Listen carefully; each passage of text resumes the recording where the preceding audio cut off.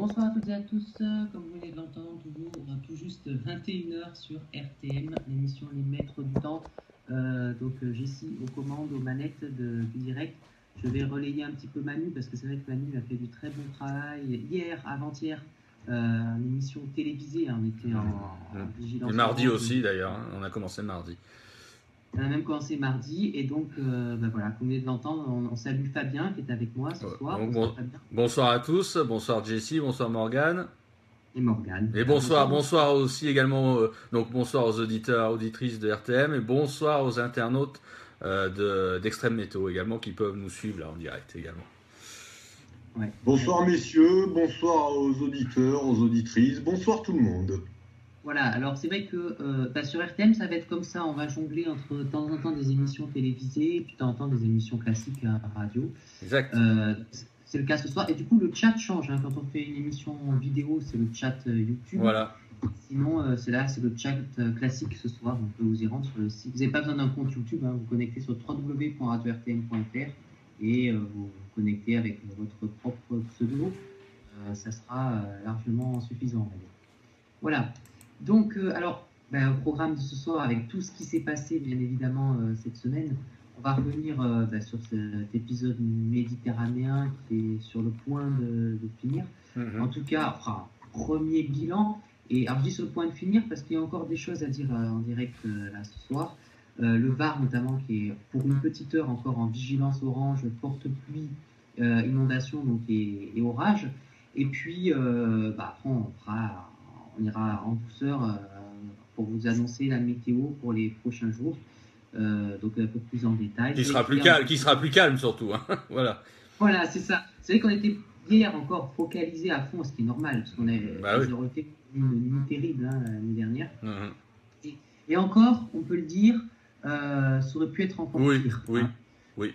L'épisode a été visiblement moins pire que prévu. Oui, tout à fait, parce que hier soir à 23h, quand on était pendant le direct, on craignait le pire, honnêtement, au vu de la mise en place, je dirais, des différentes des lignes orageuses qui se mettaient en place. On pensait que ça allait rentrer dans les terres, ce qui n'a pas été réellement le cas. Ce qui fait qu'il a plu cette nuit, mais finalement d'une manière plus raisonnable. Donc ce qui a évité, je dirais, de plus gros dégâts. Hein. D'ailleurs, on va en reparler dans le bilan. Parce que c'est vrai qu'un bilan a été, on va en parler tous les trois de toute manière, mais on a un bilan qui a été fait pour RTM notamment et Extrême Météo cet après-midi, qui concerne à la fois, je dirais, donc le Languedoc-Roussillon, PACA et la Corse aussi. La Corse qui a été fortement impactée, quoi. Hein. Voilà, et donc c'est en Corse où il y a le plus de victimes. C'est en Corse et voilà, on va en parler un peu plus après là au niveau bilan. Alors Jessie, tu voulais commencer par le bilan exactement ou... En fait, dans quelques instants, là, juste rappeler actuellement ce qui se passe. Oui, bien sûr. Morgane, hein, vous êtes peut-être les yeux rivés sur les radars. Sur le Var, parce que il y a quand même encore une vigilance orange. Ouais. Qu'en est-il au niveau observation? Il y a encore quelques impacts de foudre sur le Var, effectivement. Il y a encore quelques précipitations aussi. Il y a des petites lignes qui s'organisent par moment. On a plusieurs lignes qui s'organisent ce soir. Comme quoi, c'est pas tout à fait terminé. Elles remontent et ces lignes remontent dans un flux de sud. Hein. On regarde rien d'a priori très très très inquiétant. Mais tout de même, on surveille, quoi. Hein, on surveille. Ouais, c'est ça. Donc, je vois aussi des petites lignes qui s'organisent, qui fleurissent, surtout entre le Var et les Alpes-Maritimes. Oui, c'est ça, c'est ce que je disais. Qui remontent en direction des Alpes. Là. Voilà, on a un flux de sud qui est toujours installé sur PACA. Et donc on a l'émergence de quelques lignes orageuses, notamment à partir du Var et un petit peu les Alpes-Maritimes, parce qu'on a toujours aussi dans ce secteur de l'instabilité encore ce soir. Hein. Donc voilà, on en a peut-être encore jusqu'à, je pense qu'on en a encore jusqu'à la nuit, quoi, hein, jusqu'en milieu de nuit, et éventuellement au plus tard. Je pense qu'après ça va se terminer. Hein. C'est-à-dire que niveau pluie, la vigilance orange se finit dans 1 heure, mais après il y a encore une vigilance jaune. Alors pour le Var, on va dire jusqu'à 2h du matin pour les pluies.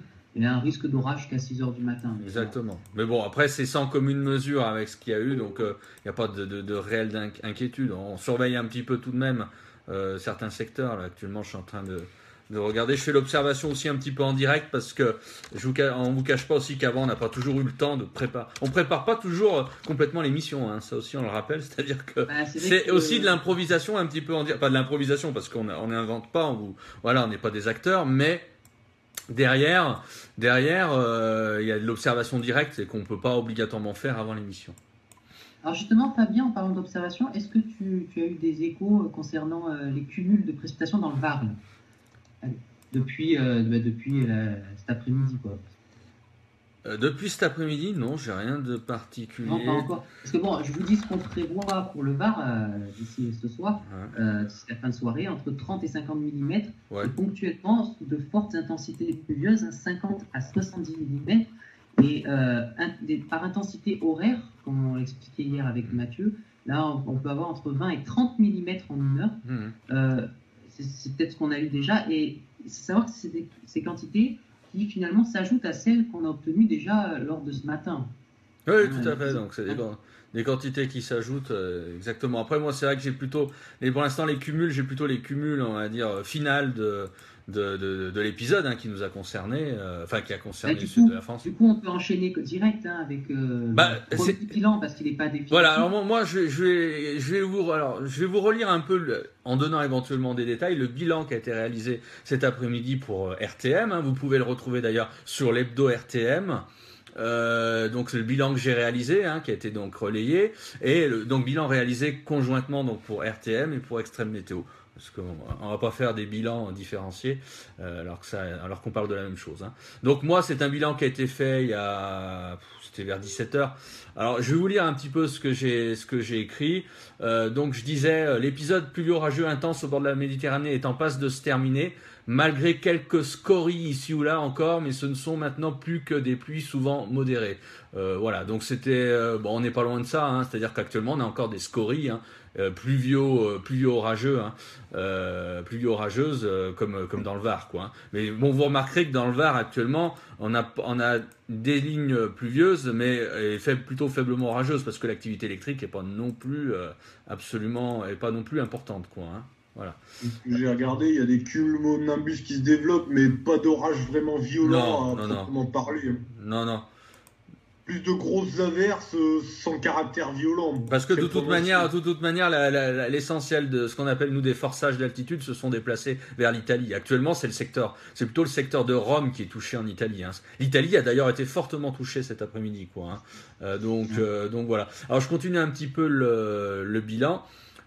On disait donc les modèles numériques ont plutôt bien appréhendé cet épisode jusqu'à hier soir, avec une première phase de pluie abondante plutôt cévenole, mais sans caractère orageux, en l'absence de réel forçage d'altitude et d'instabilité. Donc quand on parlait de pluie cévenole abondante, quand on donnait des gros cumuls quand même, c'était à partir de mercredi dans l'après-midi, et ça a duré jusqu'à hier soir, hier en fin de journée, quoi. La deuxième phase plus active a débuté hier en fin de journée, avec une activité orageuse grandissante à partir de la Catalogne espagnole et surtout une intensification des pluies. En cours de soirée, nous avons craint le pire pour la nuit dernière et cette matinée, mais fort heureusement, les orages stationnaires sont restés en mer la plupart du temps, n'arrivant pas à rentrer dans les terres. L'advection chaude et humide a été davantage cantonnée en mer, ce qui a évité que ça dégénère davantage dans les terres, justement. Donc, voilà, c'est ce qu'on disait avec Jessie en ouverture de l'émission, c'est qu'on a évité le pire, clairement. On s'en sort plutôt pas trop mal, notamment au niveau du Languedoc-Roussillon.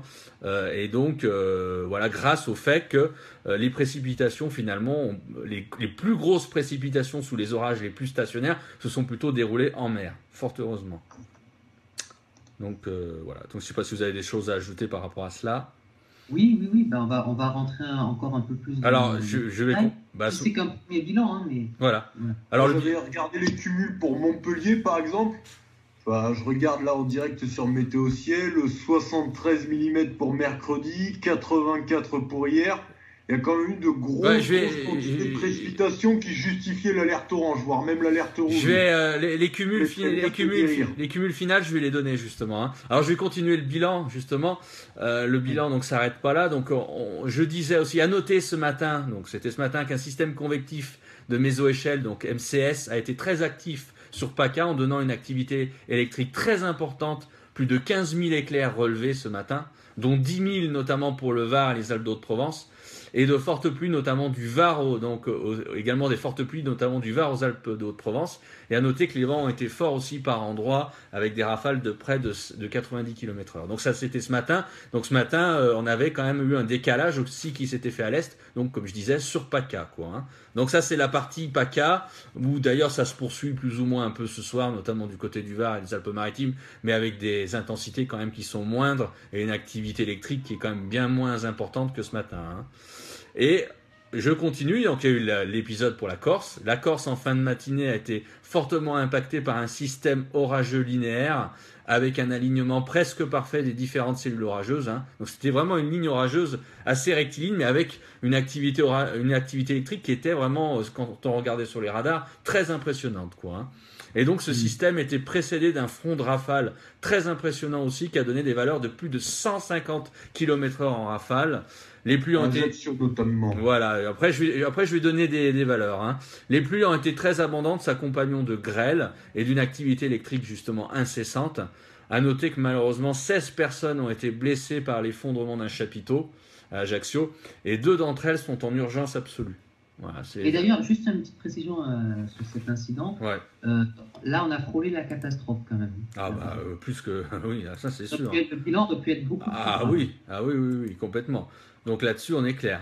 Je vais vous donner quelques relevés parce que là maintenant, je vais attaquer la partie relevée, on va dire, voilà, par rapport à des relevés finales, quasiment finales, parce que il y a encore des secteurs ce soir qui ont des cumuls de pluie. Hein. Alors notamment concernant le Languedoc-Roussillon, cumul de pluie. Donc on a Castanet-le-Haut, il est tombé 367 mm. Hein. On a donc c'est dans l'Hérault. Hein. On a Nébian dans l'Hérault toujours 361 mm. Aucton dans l'Hérault 324 mm.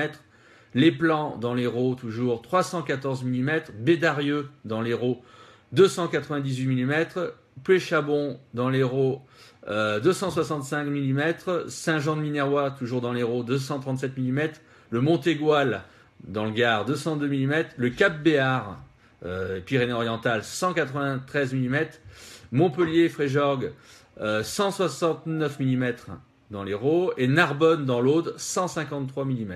Voilà. Sachant que ça c'est des relevés, voilà, c'est les relevés que on peut pas tous vous les donner. Sachant que dans certains secteurs on a approché les 400 mm, hein, c'est certain. Ouais. Bon, mais le plus généralement, on a eu des valeurs quand même sur l'Hérault de 150 grosso modo à 300 mm et d'une manière généralisée. Donc ça vous donne quand même, je dirais, une idée de cet épisode qui était quand même aussi vraiment généralisé, quoi. Hein. Ouais, et je vais rajouter une autre valeur sur une autre commune de l'Hérault, Saint-Gervais-sur-Marne. Je crois que, bon, localement, on a pu, comme tu l'as dit, on n'était pas très loin des 400 mm. Mais là, bon, attention, c'est un premier bilan, il faudra encore, voilà, même si c'est bon, c'est quasiment fait. Mais dans une commune, ça s'appelle Saint-Gervais-sur-Marne, donc on a relevé en 48 heures 379 mm. Ah ouais. Non, mais certainement sur des lieux on a approché les 400, hein, ça c'est certain. Donc comme voilà. Le modèle le prévoyait plus ou moins. Les 400 mm. Hein. C'est clair. Alors après, donc on a aussi l'Hérault, mais on a aussi le nord-est de l'Aude, l'extrême est des Pyrénées-Orientales et l'ouest du Gard où on a des lames d'eau qui ont été supérieures parfois à 150 mm. Hein, donc ce qui est aussi pas négligeable. Hein. Donc voilà un petit peu concernant les cumuls de pluie. Et maintenant, ce qui est aussi a été marquant, c'est également les valeurs de vent, hein, parce qu'on a eu quand même un épisode finalement orageux, donc plus orageux, mais venteux aussi. Hein. On a eu donc 150 km/h, 150, même exactement 150,8 km/h à l'île Rousse, en Corse. 150 km/h à Ajaccio, la Parata, toujours en Corse. 149,8 km/h à Calvi. 136,8 km/h à Marignana, donc toujours en Corse. 120,6 km/h à Calachucha, toujours en Corse. On a eu 110 km/h à Peille, ça c'est dans les Alpes-Maritimes. On a eu 103 km/h à Menton, dans les Alpes-Maritimes. Et hier aussi, on a eu des valeurs très importantes, hein, par vent d'est à sud-est, qui était violent près du golfe du Lion et près de la côte varoise aussi. On a eu 137 km/h à Saint-Raphaël, hein, dans le Var quand même. On a eu 118 km/h à Porquerolles, dans le Var. On a eu 117 km/h à La Ciotat, dans les Bouches-du-Rhône. 115 km/h à Hyères, dans le Var. 109 km/h à Sète dans l'Hérault, 107 km/h à Trette dans les Bouches-du-Rhône et 104 km/h à Leucate dans l'Aude. Donc on a eu quand même, c'était quand même plus que conséquent, quoi. Hein. Notamment en Corse aujourd'hui. Hein. Simplement. Notamment en Corse aujourd'hui. Hein. On a eu un système orageux vraiment. D'ailleurs, on l'a vu arriver ce matin. Hein. On l'a vu arriver sur les modèles, sur les radars, qui était impressionnant sur la façade occidentale de la Corse, avec une activité électrique qui était absolument dantesque. Et on voyait que c'était vraiment bien formé en ligne. Et quand c'est formé en ligne, il y a toujours à l'avance ce qu'on appelle nous un arcus et assez souvent un front de rafale. Bon, enfin, un front de rafale qui donne des valeurs de 150 km/h, c'est pas tous les jours, hein, quand même. Heureusement. Et ce que j'ai remarqué aussi, enfin je regarde les relevés d'Ajaccio, il y a eu de l'air chaud à l'avant du système orageux. Enfin, je oui, il y a un gros air chaud. La température a fluctué entre 24 et 27. Exactement. Il a fait 29 vers 11h du matin avant que les orages éclatent. On avait même casse la gueule à 16 degrés. On avait même du sirocco à l'avant. Hein. On avait un air très chaud, une forte advection chaude et humide à l'avant. Donc ce qui a aussi exacerbé le caractère très orageux de cette cellule. Hein. Et donc voilà. Chaud a tout aggravé. Par contre, je voudrais aussi rompre à certaines rumeurs. Bien sûr, les médias se sont emparés, bien sûr, de ce qui s'est passé à Ajaccio, ce qui est normal aussi, parce qu'il y a quand même eu des blessés, donc il faut en parler. Certains ont parlé, bien sûr, de mini-tornade. Alors, bien sûr, mini-tornade, c'est à proscrire. Hein. Il n'y a pas eu de mini-tornade, c'était un front de rafale. Certains ont évoqué aussi dans le vif de l'action une tornade. A priori, à Ajaccio, il n'y a pas eu de tornade. Hein. C'était encore une fois le front de rafale qui était à 150 km/h environ, qui arrivait brusquement. Et il n'y a pas eu, à ma connaissance, j'ai regardé un peu sur le net, j'ai cherché, j'ai fait des recherches, j'ai vu un peu la situation. A priori, il n'y a pas eu de tornade. Alors, il y a pu avoir une tornade localisée ailleurs, éventuellement. Mais sur Ajaccio, il n'y a pas eu de tornade. Voilà. Merci pour cet éclaircissement. C'est vrai, c'est un front de rafale qui peut souvent précéder un orage. Les fronts de rafale, oui, c'est typique des orages en ligne. Hein, tu vois, des orages linéaires donc d'un système linéaire avec des foyers orageux qui s'accumulent les uns aux autres dans le sens de nord-sud par exemple. Hein. Et ça, c'était typique quoi ce matin, hein, avec une activité électrique aussi qui était importante quoi. Alors, je vais finir par une conclusion parce que voilà, après, je dirais que j'ai fait un bilan quand même pas trop long non plus quoi. J'ai fait un bilan assez synthétique aussi. Alors, j'expliquais cet après-midi. Au final, donc, nous avons connu un gros épisode, mais moins dramatique que ce qu'on prévoyait. La Corse s'en sort plus mal avec des blessés, mais globalement, cet épisode étalé en 36 heures de temps n'a provoqué que des inondations, quelques phénomènes de submersion marine. Et je disais ça, mais en comparaison d'autres épisodes dans le passé qui ont été beaucoup plus destructeurs. Hein. Quelques villages sont quand même impactés dans l'Hérault, notamment je pense au village de Metz, qui est inondé, hein, où il est tombé, je crois, 200 mm à peu près, 150-200 mm. Alors tout ça a pu permettre moins de conséquences donc difficiles. Et ce qui a pu permettre moins de conséquences difficiles, c'est le fait que les pluies sont tombées assez régulièrement sur 36 heures sans grand cumul horaire. Et grâce à cela, c'est-à-dire les cumuls horaires sont restés quand même assez modérés. On a eu parfois des 20-30 mm. Mais on n'a pas eu des cumuls horaires de type 60 à 100 mm qui là auraient pu provoquer des catastrophes. Hein. Donc la situation aurait pu dégénérer si les orages stationnaires étaient davantage rentrés dans les terres et des lames d'eau de plus de 500 mm auraient été certainement possibles. Les modèles numériques ont été assez performants, bien qu'ils voyaient les lignes orageuses davantage concerner les littoraux entre hier soir et ce matin. Concernant les accumulations de précipitations, ce qui avait été entrevu par les modèles et ce que nous on avait prévu aussi, nous sommes plus ou moins dans les clous hein, justement de ce qui avait été prévu quoi. Voilà. Donc voilà un petit peu la conclusion. Oui, et d'ailleurs je dirais pas que dans l'avenir il y aura pas des nouveaux couacs hein, en termes de prévision, ça c'est le risque. Hein. Mais je veux dire que pour cet épisode-là quand même sont les prémices d'un espoir qu'on peut avoir pour les années à venir. C'est-à-dire le fait d'anticiper l'épisode, la population a été prévenue 24 heures à l'avance. Donc ça, c'est déjà bien dans le sens où la population a pu se préparer. La préfecture a pu d'ores et déjà prendre des mesures comme la fermeture des écoles et la suspension des transports scolaires pour éviter le déplacement de population, hein, tout simplement. Et puis d'autant plus la nuit d'après, donc qui était la nuit dernière, on a eu carrément une vigilance rouge où là, grosso modo, très grande majorité des habitants, notamment de l'Hérault, ont compris que c'était vraiment du sérieux.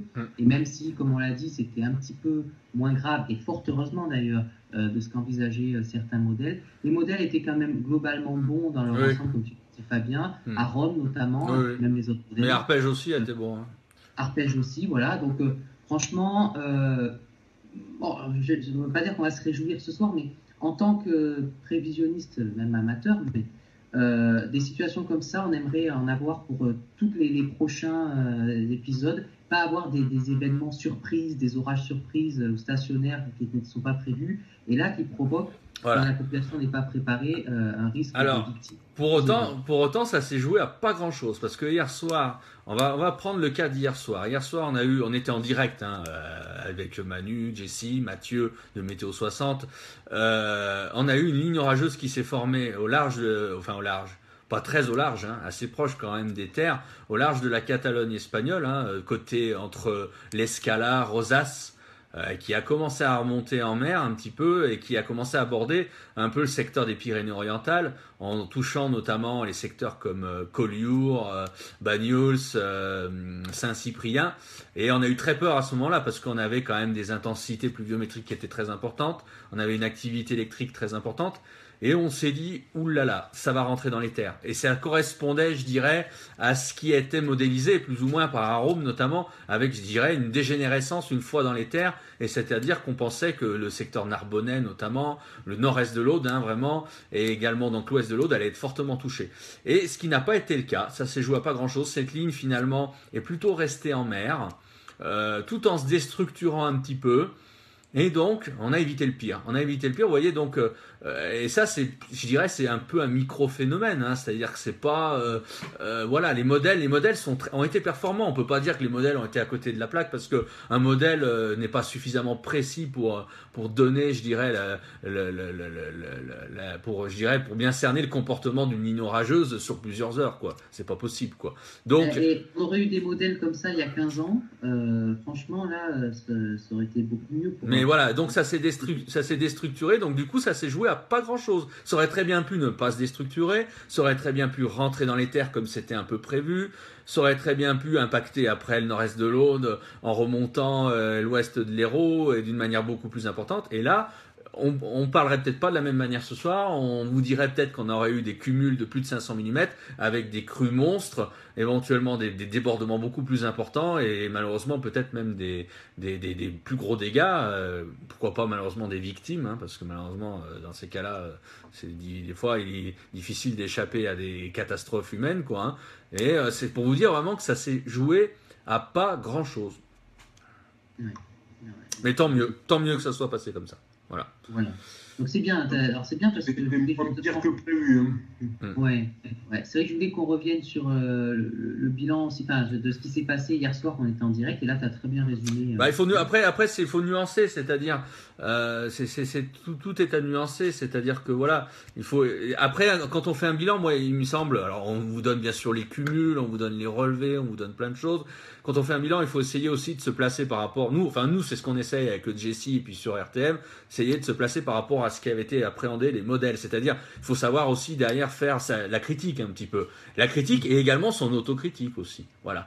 Et donc, c'est intéressant de voir comment ça s'est configuré. Pour après, Bien sûr. Après, aucun épisode ressemble à un autre. C'est-à-dire que ce qui a été valable cet épisode-là ne sera certainement pas au prochain épisode parce que on a à chaque fois des cas de figure qui sont différents. En météo, on peut pas, comme dans certains domaines, on peut pas effectuer des recoupements. On peut pas se dire tiens, cet épisode ça s'était pas passé comme ça, donc ça va se passer aussi comme ça maintenant. Voilà, ça serait trop facile, quoi.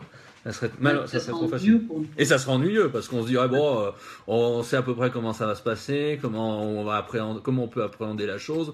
Mais non, là ça se passe pas comme ça. Voilà. Alors, juste pour finir ce bilan, même si on pourra en refaire dans une prochaine émission, où là, ça sera vraiment terminé, vraiment en Méditerranée. Mais bon, là, comme on l'a dit, on a dit les grosses lignes, et grosso modo, ça ne changera pas énormément.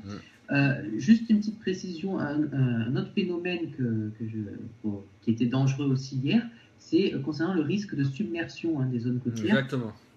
Voilà, juste rappeler ou expliquer qu'on a quand même observé ce matin, encore sur 7 et le 4, des vagues de 3,50 m. Et alors que la surcote atteignait en même temps 50 cm. Voilà, là aussi, de ce côté-là, comme tu l'as dit Fabien, entre les précipitations, les orages, les crues, les violentes rafales de vent et en plus les submersions marines, c'est vrai qu'on a eu beaucoup de phénomènes à surveiller. Alors bien sûr, je ne l'ai pas trop évoqué dans le bilan, mais ça va de soi. On a eu des crues importantes des cours d'eau, bien sûr, notamment la Mosson, qui a atteint 5,3 mètres en tout début de matinée ce matin. Après, je ne sais pas à quoi ça correspond. Je n'ai pas effectué de recherche là-dessus. Je ne sais pas si ça correspond à une crue. Là c'est difficile d'avoir des données. J'ai pas vraiment les données non plus. Non, sur la Mosson c'est compliqué. Ça aurait été sur le Lez, on aurait pu savoir un peu plus.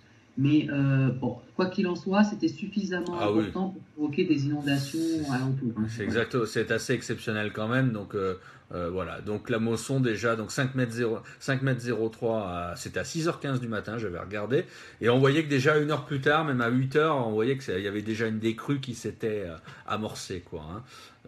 Et donc la décrue s'est poursuivie dans la journée, parce que ce matin, il faut savoir que les précipitations, mais qui n'étaient pas orageuses justement sur l'Hérault, on n'a pas eu vraiment d'orage ce matin. On n'a pas eu, alors que ce matin, on pensait avoir justement des lignes orageuses, parce que je vous expliquais le cas de la Catalogne hier soir, mais ce qui s'est passé, c'est que ce matin, on pensait aussi éventuellement avoir des lignes orageuses dans les terres, et puis finalement, ça s'est passé en mer. Et c'était des lignes quand même beaucoup moins pas très actives, actives, mais pas d'une manière démesurée, quoi. Et donc ce matin, finalement, on a eu des précipitations sur l'Hérault, mais assez classiques. Et donc du coup, les cours d'eau n'ont pas monté davantage, et puis on a eu une décrue qui s'est faite assez rapidement. Ce qui n'empêche pas, comme on disait dans le bilan, qu'il y a des villages quand même certains villages qui ont été impactés. Moi, je pense notamment au village de Metz, qui est inondé. Oui, tout à fait. Bon, en tout cas, voilà ce qu'on peut dire ce soir au niveau de ce bilan.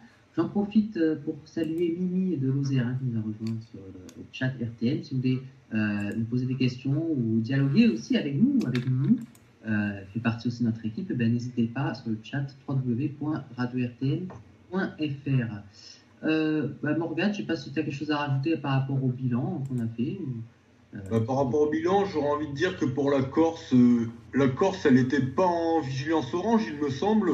Ouais, oui. Non. Il y a eu là c'est sûr. Un phénomène localisé.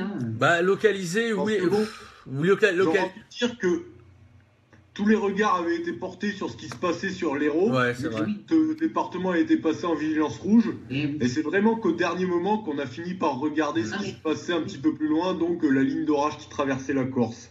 Et ça, c'est une remarque très intéressante, Morgane, parce que, et ça, c'est vrai, même moi, je reconnais, quand on a un département, surtout que c'est assez rare, qui est en vigilance rouge, on est focalisé là-dessus. Ouais. Et du coup, la vigilance orange, elle paraît anecdotique. Alors qu'en fait, une vigilance orange reste une vigilance orange. Attention, à ceci près que la Corse est en vigilance jaune. Elle n'est jamais passée en vigilance orange. Oui. Mais juste pour dire, pour les autres départements, c'est comme j'entendais dans les radios locales qui disaient c'est bon, la vigilance rouge a été levée plutôt que prévu dans l'Hérault, on est repassé en orange. C'était dit un peu d'une façon, en gros, c'est bon, on est tranquille, quoi. Non.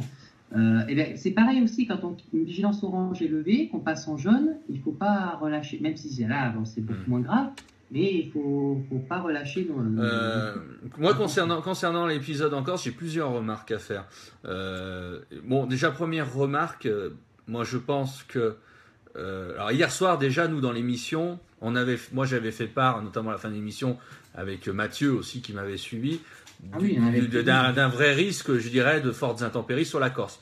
Mais davantage sur la façade orientale. J'avoue que j'avais moins insisté sur la façade occidentale ce matin, et ça prouve que... mais je pense pas bien, je pense pas qu'il y ait beaucoup de météorologues qui avaient prévu qu'en Corse il y ait autant de... Non, mais ça c'est clair. De toute façon... Nous hier soir, je dirais, on va pas dire qu'on est les plus beaux, pas du tout, on se trompe comme tout le monde, on peut oublier aussi. Mais hier soir, on en avait parlé. On en a parlé dans l'émission. J'ai insisté aussi avec Mathieu, on a voulu vous en parler parce que on voyait d'ailleurs sur les modèles qu'il y avait quand même un risque de très fortes intempéries orageuses sur la Corse, qui s'est passé. Et donc, moi honnêtement, et c'est ce matin, c'est la réaction que j'ai eue. Je pense qu'il y a eu aussi un raté au niveau de Météo France. Je veux pas critiquer Météo France. Météo France, ils font un boulot, ils font le maximum. Là-dessus, on est d'accord. Mais il y a eu un raté. Je pense que cette ligne orageuse ce matin, on l'a vu de toute manière. On a vu cette ligne orageuse très importante sur PACA et on a vu que ça s'avançait vers l'est et que derrière s'initiait une autre ligne orageuse en Méditerranée très très électrique et très pluvieuse et qui s'avançait vers la Corse. Et on le voyait, je dirais.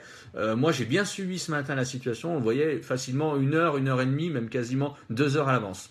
Je pense qu'il y a eu un loupé. Je pense franchement. Mais ce dont on peut se réjouir malgré tout, justement, c'est que dans les régions, les départements qui étaient soit en vigilance orange ou rouge, et c'est souvent le cas, et ça sera encore le cas dans l'avenir, c'est là où il y a finalement autant ou moins de victimes.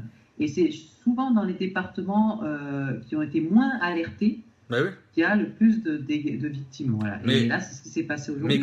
Mais concernant la Corse, c'est malheureux, mais je suis désolé, je suis pas là pour donner les mauvais points, mais Météo France n'a pas été bon pour la Corse, faut dire la chose. Après, je n'ai pas regardé pour la chaîne météo, est-ce qu'ils avaient mis une alerte orange pour la Corse?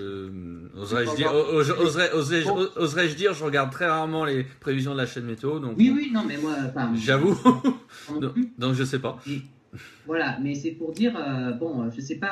Alors bien sûr, comme tu l'as dit, Fabien, vous pouvez les voir 1 heure ou 2 avant sur les radars. On aurait pu, c'est-à-dire que Météo France aurait pu réagir en termes un petit peu, pas dans l'urgence, peut-être un peu à la hâte, aurait pu réagir en mettant une vigilance orange 1 ou 2 heures avant. Ils l'ont déjà fait dans le passé, c'est vrai que. Et là, il y a pas eu de réaction parce que je peux t'assurer, Jessie, je comprends très bien, tu étais au travail ce matin, je peux t'assurer que c'était inquiétant et monstrueux vis-à-vis de la Corse quand ça arrivait par l'ouest. C'était vraiment. Mais c'est vrai qu'on peut se poser la question parce que dans le passé, ça s'est déjà arrivé que quand l'événement avait déjà commencé, Météo France n'avait pas encore mis une vigilance et qu'ils l'ont mis en cours d'événement. Et là, on se demande pourquoi justement ils ne l'ont pas fait aujourd'hui. Et surtout que ce matin, on le pressentait que ça allait être violent parce que comme Morgane me disait, on a eu un très gros coup de chaud à l'avant avec une advection chaude et humide, du sirocco, des températures qui ont monté à 28, 29 à l'avant et on pressentait que sur la Corse, ça allait être sévère.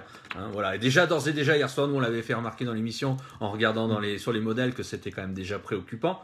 Ce qui a eu lieu aujourd'hui, quoi. Donc voilà. Après la localisation, elle a quelque peu varié, mais bon, globalement, hier soir, on avait attiré l'attention. Et après, je sais qu'il y en a d'autres qui ont attiré l'attention. Je sais que Météo Group, notamment, j'en ai parlé avec Nicolas Lefriand. Nicolas Lefriand avait insisté aussi hier là-dessus sur le risque orageux en Corse, très important.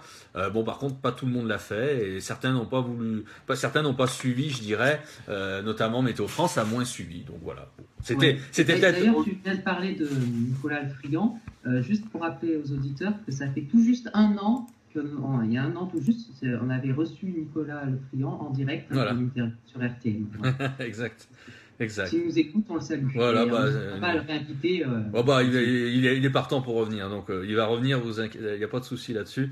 J'en discutais aujourd'hui là sur Facebook avec lui et pour la météo. Je parle pour les orages et donc voilà. Donc on échange assez régulièrement. Voilà. Et donc. Alors. C'est vrai qu'on parlait de la Corse et tout, et justement, un autre phénomène qu'on a vu arriver vraiment en direct, c'est le gros paquet plus orageux qui a longé les côtes des Pyrénées-Orientales hier. Et c'est vrai que, comme tu disais Fabien, sans se baser sur les modèles, on s'est dit voilà, ça va rentrer dans les terres. Oui, c'est ce que je disais, on a eu peur de pas la catastrophe, on s'est dit que. Et là aussi, hier, on s'interrogeait, on se disait on se demandait s'il fallait vraiment que les Pyrénées-Orientales soient en vigilance orange, parce que c'était. Mais ça s'est joué à pas grand-chose, Voilà, donc c'est un peu, je pense qu'on a fait, enfin moi, en ce qui me concerne, moi le bilan il est fait, j'ai fait le tour, j'ai rien de plus à dire, mais c'était déjà un bilan assez, voilà, on est resté déjà 35 minutes dessus, donc c'est quand même, ce qui veut dire qu'on avait quand même des choses à dire. C'est quand même un événement majeur qu'on a eu. Voilà, parce que on a eu un mois de septembre. L'épisode méditerranéen de l'automne. Voilà, parce qu'on a eu un mois de septembre relativement calme, plutôt chaud, même bien chaud. On a eu un tout début d'octobre assez calme, et puis là, d'un seul coup, ça s'est un peu réveillé. Ça n'a rien à voir avec ce qu'on avait eu il y a tout juste 1 mois dans l'Hérault, ou dans le Languedoc, où c'était plus des orages et c'était pas vraiment forcément généralisé. Que là, on a eu, comme on dit, un bel épisode méditerranéen, et notamment avec de bonnes pluies, comme ces régions ont l'habitude de connaître en automne, malheureusement. plus ou moins marqué, mais là c'était quand même très marqué. Hein, voilà. Exact. Parce que oui, les épisodes méditerranéens, il faut rappeler qu'ils sont classiques en automne. Dès qu'il y a les premières descentes d'air froid, qu'ils arrivent sur une Méditerranée chaude qui provoque des dépressions, contraste thermique, formation de dépression, tout dépend du sens du flux, mais tous les ans ça arrive en Méditerranée. Tous les ans, après plus ou moins bien sûr, il y a des années plus riches que Moins d'autres. tous les ans. Mais globalement, on a souvent effectivement au moins un épisode après qui peut être aussi assez classique et assez modéré. On a souvent au moins chaque automne au moins un épisode quand même au bord de la Méditerranée. Après, on a des années plus riches que d'autres. On a eu notamment 2014 qui avait été très riche où on avait eu des épisodes à répétition au bord de la Méditerranée. On a eu l'année dernière qui a été un peu moins riche. Hein. Bon, cette année, pour l'instant, voilà, on est le 14 octobre, on peut supposer qu'on a surtout eu qu'un gros épisode, parce que ce qui a eu lieu avant, c'était quand même plutôt soft. Et donc voilà, donc on va voir maintenant le restant de la saison. Après, maintenant, c'est du domaine de la prévision, voir un peu, mais ça peut se renouveler même assez. D'ailleurs, on en parlera après. Au niveau des modèles, moi, je vois il y a quelques signes par rapport à la configuration qui fait dire que ça pourrait se reproduire d'ici la fin du mois. C'est possible. Voilà. Ouais, moi aussi, j'ai vu des signes assez similaires. C'est possible. Et je voudrais revenir pour le problème, l'épisode orageux en Corse. Un problème aussi, c'est qu'il a été soudain, comme très souvent. Ce genre d'épisode, soudain, brutal, donc plus dur à appréhender que l'épisode méditerranéen, le héros, qui était vu par les modèles depuis un moment. C'était des pluies régulières, donc plus facile à suivre et à prévoir, si je puis dire. Ouais, à ceci près, quand moi j'insiste un peu, je suis peut-être un peu moins, comment dire, je suis peut-être un peu plus dur que toi, Morgane, là-dessus. À ceci près que moi ce matin, 1 heure ou 2 heures avant, moi je peux vous assurer que si Météo France avait voulu mettre en place une vigilance orange, franchement, je pense ça aurait été tout à fait justifié dans la mesure de l'observation, quoi. Voilà, après, bon, je peux donner un avis, ça n'engage que moi. Ouais. Moi, je pense, je suis même sûr, en étant fonctionnaire, donc je sais comment ça fonctionne. On a trop supprimé, je vais faire bondir certains, mais on a trop supprimé de fonctionnaires utiles, j'ai envie de dire, parce que là, ceux qui travaillent à Météo France sont quand même utiles. Ouais, bien sûr. Je dis pas que tous les fonctionnaires sont pas utiles ou quoi, mais là, c'est quand même, j'appelle ça des petits fonctionnaires, voilà. Et donc, ces personnes-là ne sont pas assez nombreuses. On en a supprimé depuis des années et on en subit des conséquences maintenant. C'est comme pour les policiers et voilà. Donc, voilà. Je pense qu'ils s'ils avaient été plus nombreux, on aurait permis moins de centres départementaux. Et ben, je pense que Météo France aurait sorti la vigilance. Ah, c'est clair. Je suis bien d'accord avec ce que tu énonces. Ah ouais, mais complètement d'accord aussi, hein. Complètement. Et bon, malheureusement, voilà. Donc, ça peut avoir des conséquences dramatiques. En plus de ces stations, on voit les tristes conséquences. Ouais. Puis maintenant, on essaie de faire en sorte que tout soit automatisé. Ça, c'est pas bon. Et ça, malheureusement, cette tendance va s'accélérer. Hein. C'est les intentions sont claires. Hein. C'est d'automatiser de plus en plus. Pas qu'à Météo France d'ailleurs. Hein, oui, tout à fait. C'est en général, hein, Jessie. Hein, complètement. Général, donc c'est loin d'être que de Météo France. Et c'est le problème. Et c'est que le problème, la météorologie, les prévisions. Pour les auditeurs là qui nous écoutent, auditeurs, auditrices, vraiment, on aura toujours besoin d'une expertise humaine derrière. Parce qu'il y a une question aussi d'interprétation des sorties des modèles. C'est-à-dire, on ne peut pas se référer à ces sorties brutes, sans interprétation, parce qu'il y a des interprétations derrière qui sont obligatoires, des interprétations aussi liées notamment, par exemple, à des paramètres locaux aussi, par rapport à, il y a des choses que vous pouvez mettre tout ce que vous voulez dans un super calculateur, il pourra pas cibler à 100% certains critères, certaines subtilités locales, par exemple. Voilà. Donc, raison de plus pour conserver au moins un minimum. Il faut un minimum. Un minimum vital, j'ai envie de dire, de personnes assez compétentes. Totalement. Heureusement qu'il y a pas mal d'amateurs comme nous dispatchés un peu dans toute la France, mais ils remplacent pas le personnel de Météo France non plus. Hein. Ah bah non, mais nous on n'a pas la prétention d'être des Enfin moi j'ai pas la prétention. Enfin je m'y connais bien. Je veux pas non plus, je vais pas non plus sous-estimer mes capacités. Mais tout de même, c'est pas mon métier d'abord. Je suis pas un professionnel. Je travaille dans un autre domaine. Mais je m'y connais suffisamment. Mais voilà. il y a de moins en moins de professionnels quand même, donc c'est ça qui devient Oui, inquiétant. alors que voilà, des personnes, alors nous, ça nous fait plaisir de faire parce qu'on Oui, est passionnés. c'est notre passion, donc ouais. Voilà, mais c'est vrai que si on pouvait être rémunéré par rapport à ce qu'on fait, c'est vrai que ça serait quand même mieux pour tous d'ailleurs, et si on pouvait apporter une aide aux météorologues professionnels, comme fait Fabien, ah bah, ça serait toujours mieux. Ah bah, Mais bon. si on pouvait, après, de toute manière, nous, déjà, enfin voilà, déjà, on échange un petit peu avec des météorologues professionnels, mais pas obligatoirement ceux de Météo France, faut être clair. Voilà, non pas parce qu'on est aussi compétent ou plus compétent qu'eux, mais leur apporter une aide, on va dire, en termes de nombre de personnes. Ah oui, surtout, ouais. Mais bon. Renforcer, Je on me va demande dire. si Météo France n'avait pas mis en place des choses du genre veilleur du temps, par exemple, par rapport à ça. Oui, alors J'ai participé au concept veilleur du temps pendant quelques temps. Oui, alors justement, est-ce que tu peux brièvement nous en parler? Ah ouais, c'est intéressant. Alors, c'était il y a quelques années, et de ce que je me souviens, c'est Météo France qui avait mis en place ce genre de service avec une inscription où, en gros, en cas de phénomène météo violent, d'intempéries, phénomène remarquable, on répertorie notre observation et Météo France en tient compte. Alors après, vous dire comment ça marche exactement, il faudrait faire des recherches, mais il tient une base de données, ça passe via des sites comme Infoclimat. Oui. Ah d'accord. Et puis voilà, Météo France tient compte des observations de passionnés qui passent par veilleur du temps. Bon, ça c'est vrai que c'est une bonne démarche, une bonne idée, mais par contre, je pense pas que ça va résoudre le problème de, quand je dis renforcer une équipe, c'est des personnes qui ont leur avis sur les qui aident en termes de prévision. Oui. Parce que là, on parle que d'observation. En termes de prévision et qui donne un avis aussi de décision sur sur l'émission d'une éventuelle vigilance. Ouais, voilà. exactement. Ouais. Et c'est ça qui manque en fait, Ouais. je pense. Maintenant, tout est basé principalement à Toulouse, alors bon, c'est bien beau, mais... Voilà, bon, vaste débat, on peut en parler des heures, malheureusement. Oui, non, voilà. Mais c'est intéressant de l'aborder, mais sans avoir malheureusement les solutions, malheureusement. Quoi. C'est vraiment un service de Météo France pour signaler les phénomènes météorologiques marquants. Donc il faut s'inscrire et puis on peut passer par là. Voilà, c'est-à-dire que plus on a d'observations, mieux c'est pour établir des prévisions.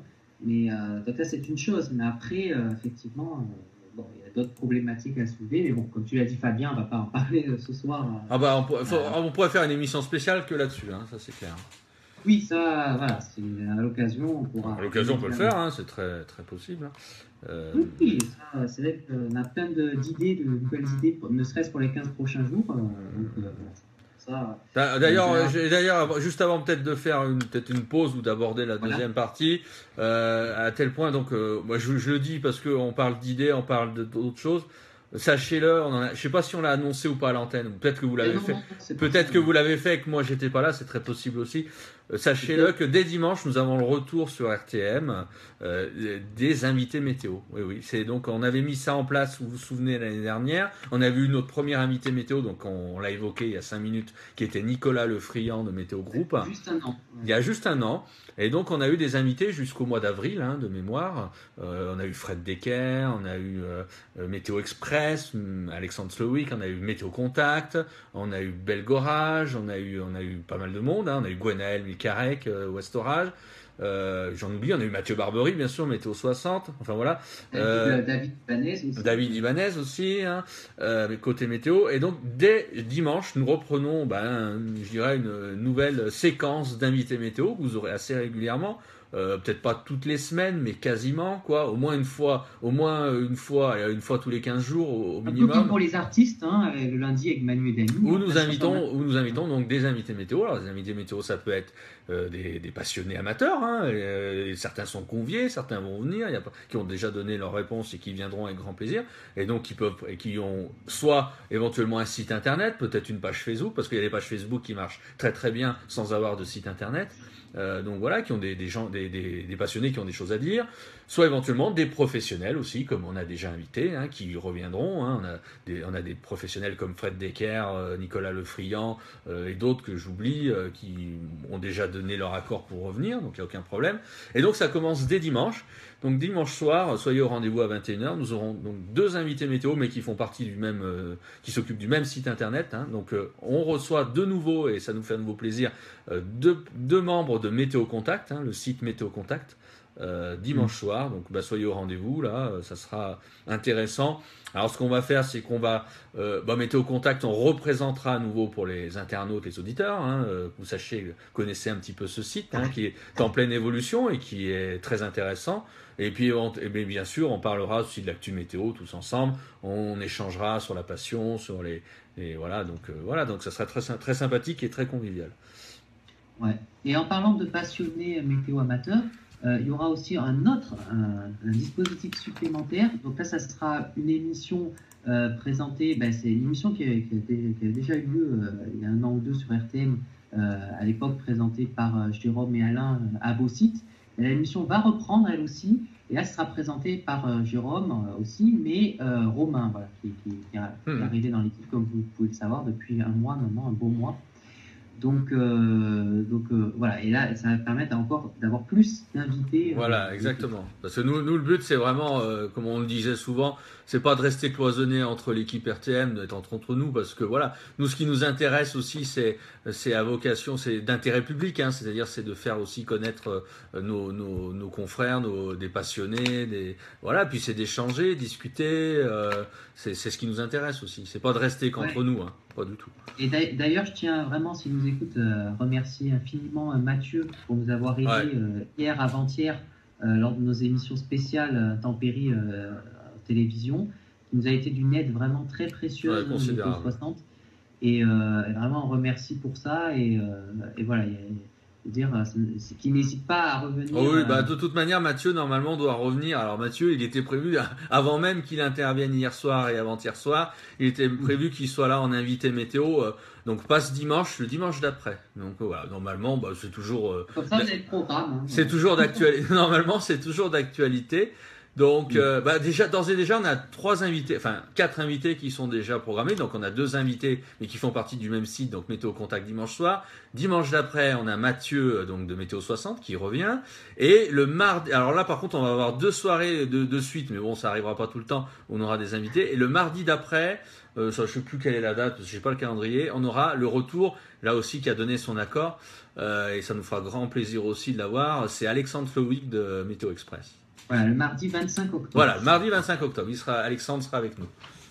Oui, donc ça me fera très plaisir. Et après, il y en aura d'autres, mais plutôt sur novembre. Après, voilà. Oui, ça fait de bons invités, la crème de la crème. Là. Ah, mais là, déjà, on commence bien. On a au moins, après, en toute honnêteté, on a au moins, on a une liste, j'ai une liste de 30 personnes au moins en attente. Donc, Ouais. Et bon, c'est vrai qu'il faut être honnête, on a mal démarré, on va dire, notre rentrée sur RTL. Disons qu'on a mis du temps. Voilà. Vous avez eu quelques problèmes. On a eu des problèmes techniques surtout. Des soucis, voilà, divers et variés. Mais là, maintenant, c'est bon. Là, depuis un bon mois, on sait quand même. Voilà. Donc là, maintenant, mieux vaut tard que jamais, comme on dit. Et là vraiment, on est paré pour la suite des événements. Exact. Voilà.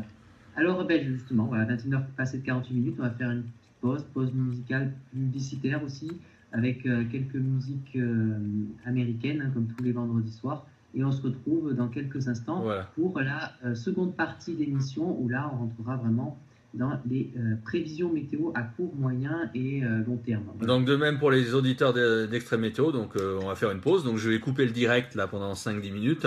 Et puis, écoutez, on revient tout de suite après, il n'y a pas de souci. Voilà. Ouais. À tout de suite. Merci. À tout de suite.